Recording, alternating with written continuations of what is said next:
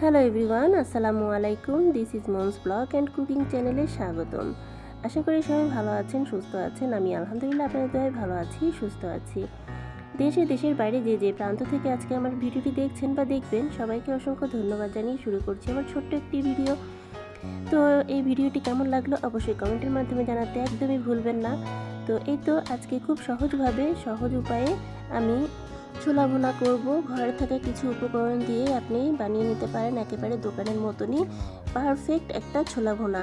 তো এই তো আমি সারা রাত কিন্তু ছোলাগুলোকে ভিজিয়ে রেখেছি, দেখেন একদম ফুলে টইটুম্বুর হয়ে গিয়েছে। আর যা লাগছে এখানে আমি কিছু আলু কুচি দিয়েছি, তারপরে পেঁয়াজ বাটা দিয়েছি, রসুন বাটা দিয়েছি, আদা বাটা দিয়েছি, জিরা বাটা দিয়েছি, গরম মশলা, মরিচের গুঁড়ো, হলুদের গুঁড়ো, পেঁয়াজ আর কাঁচামরিচ, এগুলো সবগুলো আমি একটা প্লেটে রেখে দিয়েছি। আর আপনারা চাইলে পরে আলুটাকে স্কিপ করতে পারেন, না দিলেও কোনো সমস্যা নাই।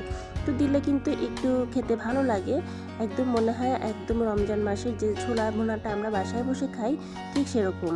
তো এই তো আমি এগুলোকে এখন প্রেসার কুকারে সব ছোলাগুলোকে দিয়ে দিচ্ছি। সব ছোলাগুলোকে দিয়ে দেওয়ার পরে আমি অন্যান্য সব উপকরণগুলো দিয়ে দিব। এগুলো আমি আগে থেকেই ভিজিয়ে রেখে সুন্দর করে ধুয়ে পরিষ্কার করে নিয়েছি। এখানে যা কিছু আছে সব কিছু কিন্তু আমি এই প্রেসার কুকারে দিয়ে দিচ্ছি। তারপরে খাওয়ার রেগুলার রান্নার যে তেলটা আমরা ব্যবহার করে থাকি সেই তেলটা এখানে দিয়ে দিলাম। সব কিছু এখন ইচ্ছা মতন যত খুশি তত মাখাতে থাকবো, মাখিয়ে নিব খুব ভালো করে। একটা সুন্দর ঘ্রাণ কিন্তু বেরিয়েছে। আসলে মাখিয়ে জুখিয়ে যদি আপনি যে কোনো জিনিস রান্না করেন আপনার কিন্তু খেতে ভালো লাগবে, খুব দারুণ লাগে কিন্তু। তো এই তো আমি সব কিছু কিন্তু ভালো করে মাখিয়ে নিয়েছি, আমার মাখানো হয়ে গিয়েছে। আমি এবার এটাকে একটুখানি পানি দিয়ে দিলাম, কারণ এটা তো অবশ্যই সিদ্ধ হতে হবে। প্রেসার কুকারে যেহেতু দিচ্ছি, আমি তো এমনি বসাতে পারি না।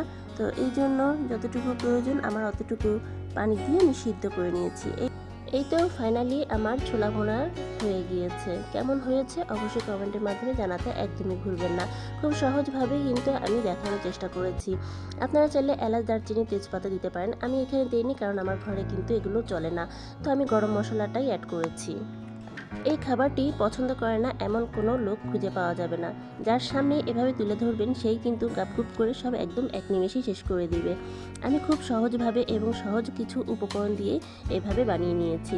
ভীষণ মজার হয়েছিল এই রেসিপিটি। আপনি বাড়িতে চেষ্টা করে দেখতে পারেন একবার হলেও এভাবে করে দেখার। আমরা কিন্তু অনেকে অনেক রকম করেই ছোলা ভুনা করে থাকি। তো আমি যেভাবে মাঝে মধ্যে করে থাকি তো সেটাই আপনাদের মাঝে তুলে ধরার চেষ্টা করেছি। ভালো লাগলে অবশ্যই একটা লাইক দিতে ভুলবেন না। একটা লাইক অন্তত দিবেন, আমার ভিডিওটা আরও 5 জনের কাছে পৌঁছে যাবে ইনশাল্লাহ। রেসিপিটি যদি ভালো লেগে থাকে তাহলে একটা লাইক দিবেন, আপনার মতামত কমেন্টে জানান, এবং যারা এখনও সাবস্ক্রাইব করেনি তারা অবশ্যই সাবস্ক্রাইব করে পাশে থাকা বেল আইকনটি অন করে রাখবেন। আজকের মতন বিদায় নিচ্ছি। আল্লাহ হাফেজ, আসসালামু আলাইকুম।